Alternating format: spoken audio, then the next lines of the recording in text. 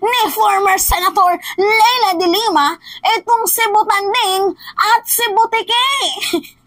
Yung double B. Ngayon ko lang nalaman yan guys na ang tawag pala dito kay Panelo, Butiki.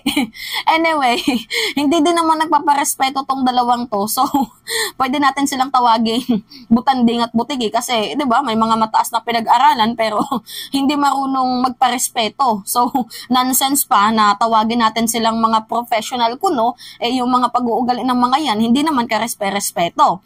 Now, etong si former Senator Leila de Lima, nagsalita. So, tinawag niyang Judas itong dalawang to. Agree naman ako guys, 100% agree ako sa binitawang statement, nabulol tuloy si Mima, sa binitawang statement ni former Senator Leila de Lima kasi wala na talaga sa ayos at wala na sa katinuan itong dalawang to.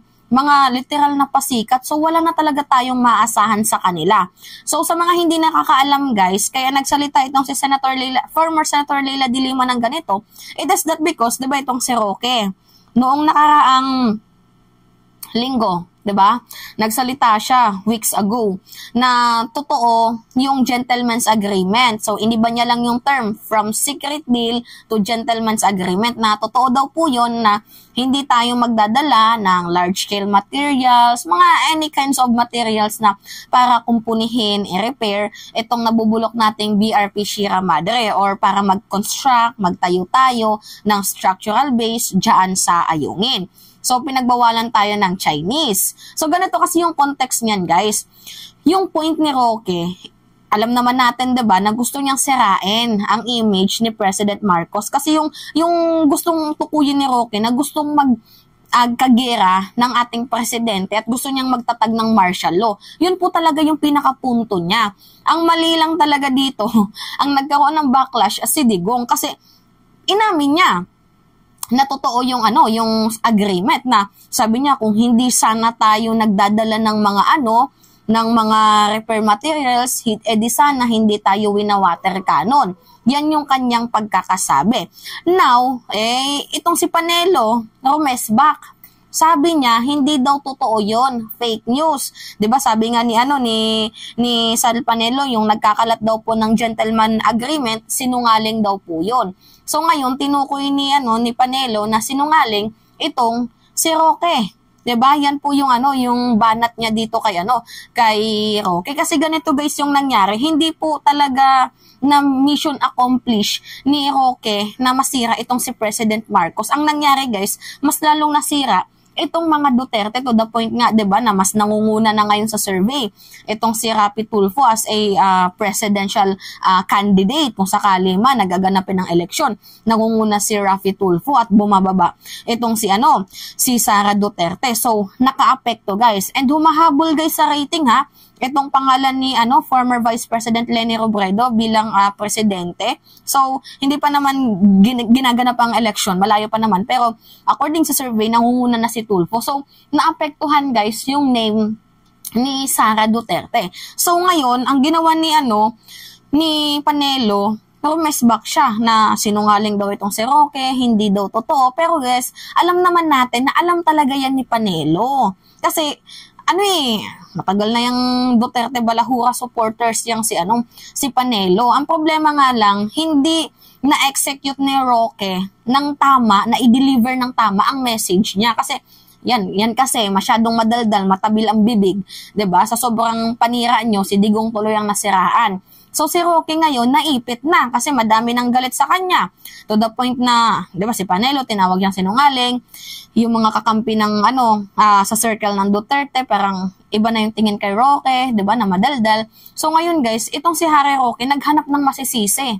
At yan, nakita niya si Trillanes. Inaway niya nga, 'di ba, si De Lima, si Carpio, pero si Trillanes ang kanyang pinunterya.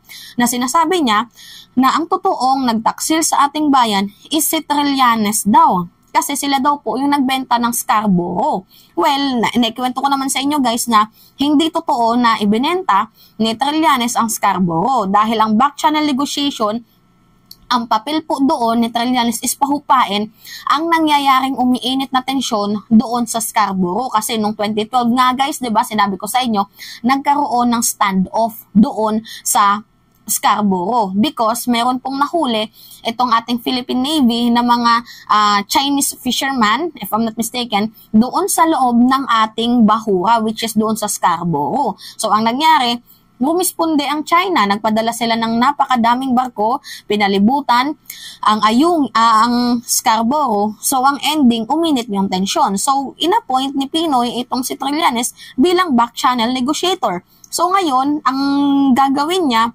is, yung mission niya is pahupain yung tension, which is naging successful naman kasi yung 100 ships guys ay naging 3 na lang, and later on kinasuhan pa nga ni Pinoy yung tatlong barko na naiwan doon sa sa Scarborough. So naging successful naman po ang pagiging back channel negotiator ni Trillanes.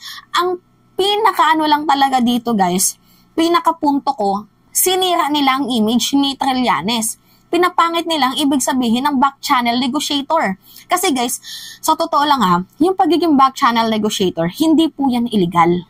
It is a process. Proseso po yan. 'Di ba?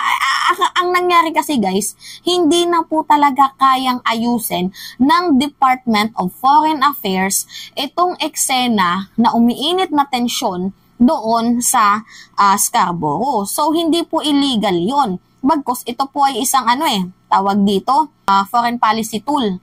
'Di ba? Kung if I'm not mistaken, tama ba yung pagkakabigkas ko? Foreign policy tool nga. Ewan ko kung ano yung pinaka-right term nun, pero yun kasi yung nabasa ko.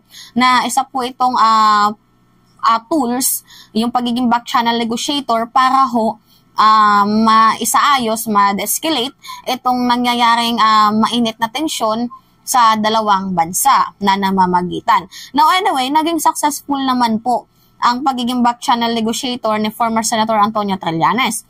Ang problema nga lang kasi si Trillanes kritiko ng mga Duterte, 'di ba? So ang ginawa ng mga Duterte, pinapangit nilang image ni Trillanes na kinasuhan ni Digong itong si Trillanes at itong si Pinoy. So kinasuhan niya na nagbenta daw ng Scarborough. So, syempre, part yun guys ng paeme ng Duterte administration na kinasuhan niya para ganito-ganyan. So, ang pinalabas nila na nagbenta nga ng territorial dispute, diba, ng territory ng Pilipinas, itong si Trillanes. Pero ang totoo guys, wala pong naibenta doon kasi ang nangyari po doon guys is pinag-ayos lamang po ang dalawang nagkakainitang bansa. Hindi po napag-usapan doon yung sovereignty. Wala pong pinag-usapan doon. 'Di ba? So ngayon nga guys, eto na nga, naghanap si Roque ng masisisi, which is ang nakita niya talaga guys, etong si Trillanes. 'Di ba? Itong si Trillanes galit na galit din kay Butanding. 'Di ba? Kasi pinagsisiraan niyo yung pangalan ko, tapos kayo yung merong secret deal. Ang nangyari, binaklash nila si Trillanes na ang totoong merong kasalanan dito, totoong may pagtataksil ay si Trillanes. Diba? Si Trillanes daw guys ang merong ginawang pagtataksil.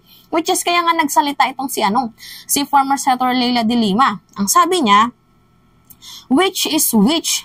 Being Duterte men, there is no hope in getting any clear message or straightforward answer from them, but it does not matter. The only thing that matter is we know that all the traitors will sell us for 30 pieces of silver. Diba? Hudas.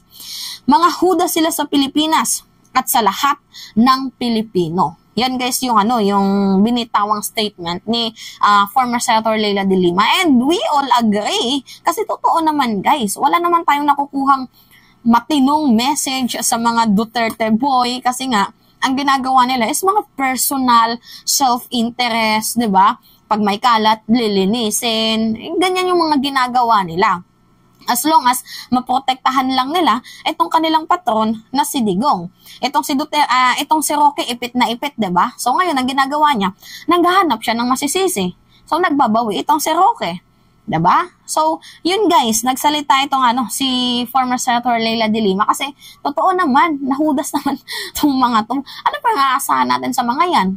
'Di ba? Wala tayong maasahan sa mga yan kasi yung mga taong yan po yung mga taong merong gusto hangarin na masama sa ating bayan. So ngayon na nagkakabukingan na, 'di ba? Kasi kasalanan din naman ni Roque na matabi lang kanyang bunganga, wala. Ito nang ginagawa nila, naghahanap ng masisisi. 'Di ba? Which is wala naman guys, imagine. Paano mabibenta ni former Senator Antonio Trillanes ang Scarborough? Senador lamang siya. Ano po yung kakayahan ng isang senador para magbenta ng teritoryo ng bansang Pilipinas? 'Di ba? Guys, we don't need to become a lawyer para po maging tayo, matalino kagaya ni Roque. Tingnan mo, matalino pero bobo. Yan si Roque. Mataas ang pinag-aralan pero sinto-sinto. Now, hindi natin kailangan maging lawyer, guys, kasi mantakin mo anong kakayahan ng isang senator lamang. 'Di ba? At saka kung binenta yan ni Trillanes, dapat meron na yan sila mga structural base doon sa Scarborough. Wala naman. 'Di ba? At saka magkaibigan si Digo nga si Xi Jinping. Bakit hindi niya tanungin kung meron nga bang binenta itong si Trillanes? 'Di ba? Guys, mga manipulative kasi yan sila. Ngayon, ang ginagawa nila is, kahit nga mismo si Roque, nililinis niya na din ang sarili niyang kalat 'Di ba? Una, sinabi niya, hindi daw totoo ang secret deal bagkus ito ay gentleman's agreement. Tapos, ang nangyari, ang ginawa niya, after a weeks, sinabi niya na ito ay status quo. Para naman mas generic, 'di ba? Kasi kapag gentleman's agreement, medyo tagilid sila doon, 'di ba? Kaya ang ginamit niya is status quo. 'Di ba? Hindi daw totoo ang gentleman's agreement, kundi ito po ay isang status quo. 'Yan yung kanyang paglilinaw. Tingnan niyo guys, yung pagiging mga manipulative nila. Kita niyo? Kaya kayo, wag kayong magpapaniwala sa mga ganyan kasi bine-brainwash nila kayo, 'di ba? So, lamang talaga ang may alam. Now, yun lang guys. Maraming salamat sa inyong pakikinig. So, paalam mga kababayan.